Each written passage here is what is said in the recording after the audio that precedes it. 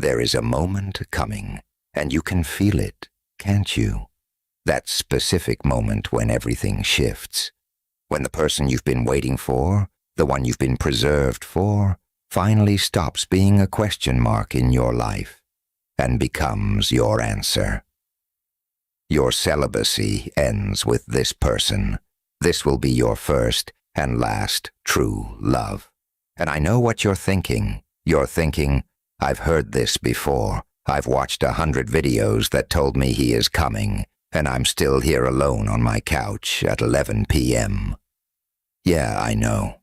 And that's exactly why you need to hear what I'm about to say, because this isn't about a prediction. This is about a pattern I watched play out in real people's lives, in real bedrooms, in real 3 a.m. tears. And once you see it, you can't unsee it. Most people hear the word celibacy, and they think it's just about a season or a choice or something you're enduring until the right person comes along. And that's true for a lot of people. But if you're watching this, if this title landed on you specifically, you already know it's not that simple for you. You're not just waiting for anyone. You are waiting for the one. For the one. And you've known for a while that when they show up, everything changes, including this, including you. So here is what we're actually talking about today. Not whether someone wants you, not whether you're desirable. You already know you are. The question is, what happens when the person who is meant for you finally stops being afraid of how much they want you? What happens when the holding back ends on both sides? And what if the reason you have been celibate, the reason nothing else has ever felt right, is because you were literally being preserved for this, for them, for the life you are about to walk into? Okay, so here is the thing. I'm going to tell you about something I watched happen more times than I can count. And you are going to recognize yourself in it. I've seen someone, a person just like you, who'd done all the work, successful, beautiful, had their life together, and exhausted, not from dating, from that specific kind of loneliness that comes when you are in a room full of people and nobody actually sees you.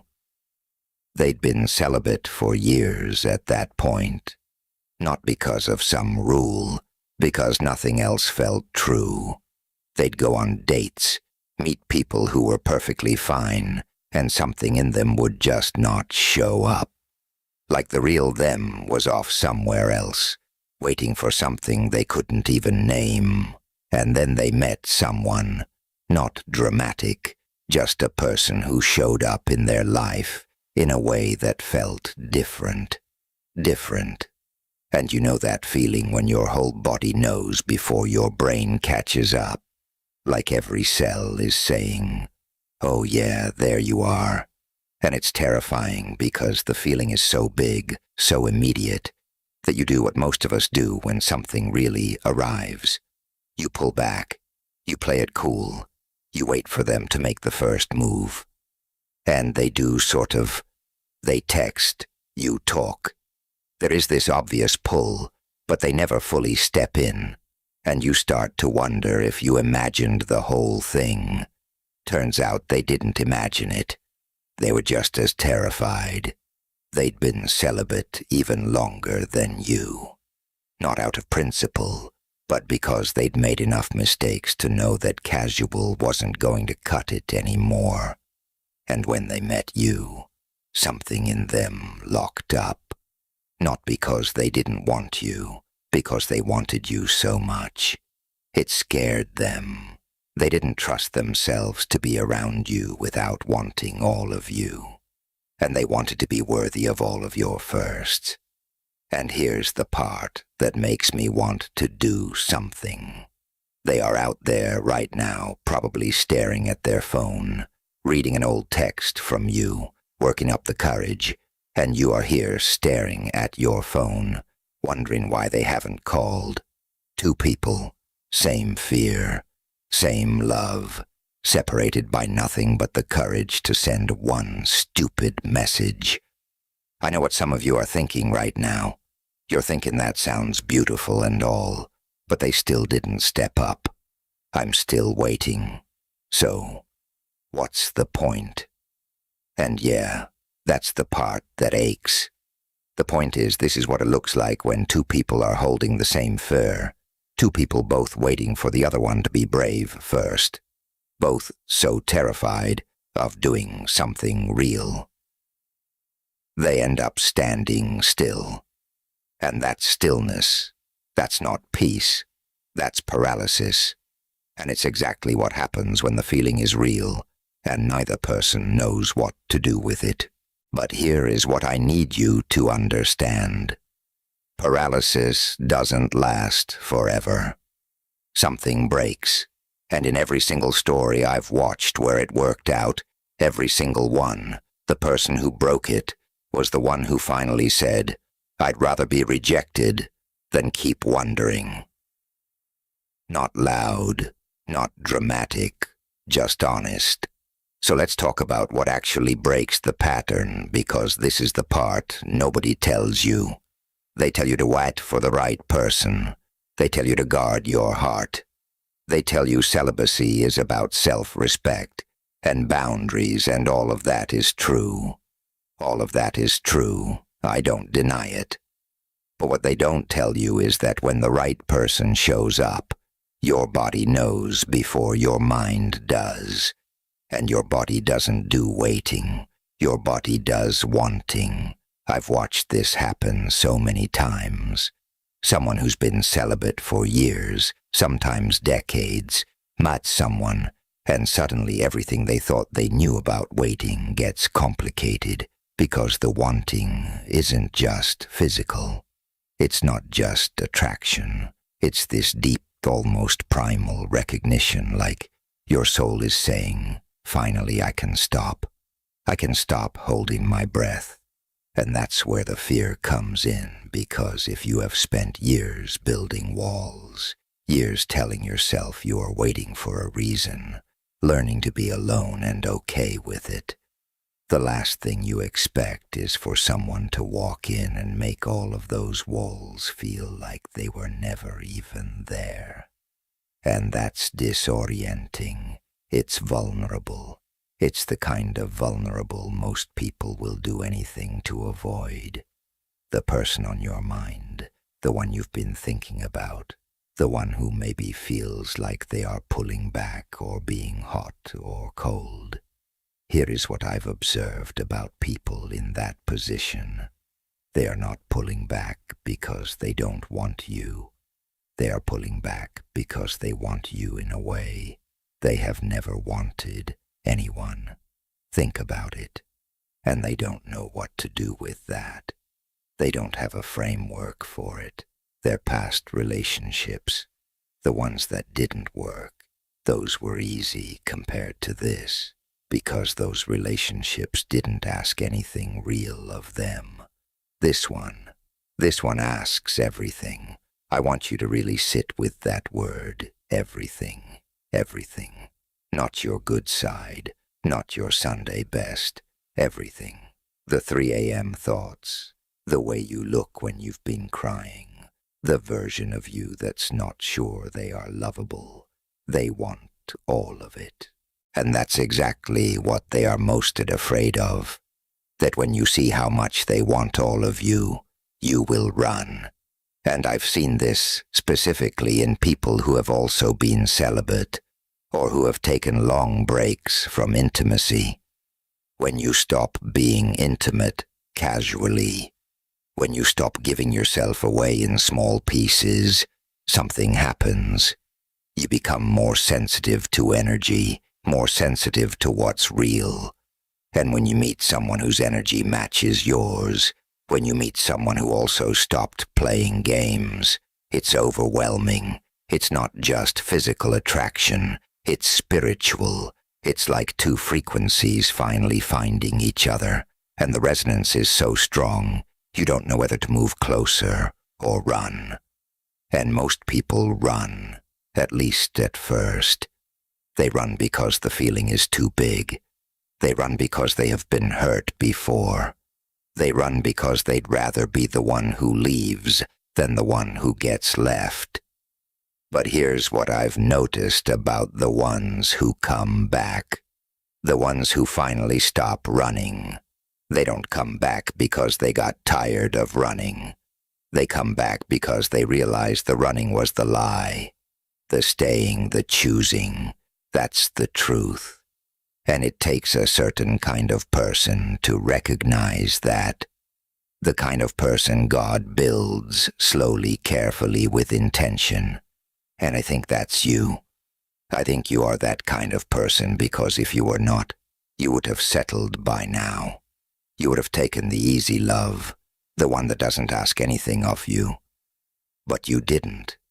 You're still here, still waiting, still hoping. That's not weakness.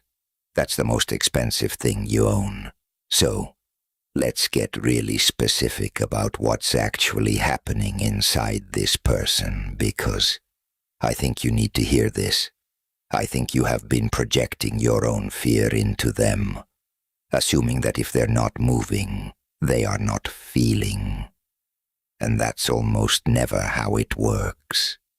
What I've seen over and over is that the person who holds back is usually the one who feels the most. They are the ones who lie awake at night, replaying your conversations. They are the ones who have written the message, deleted it, rewritten it, saved it to drafts, and then closed the phone.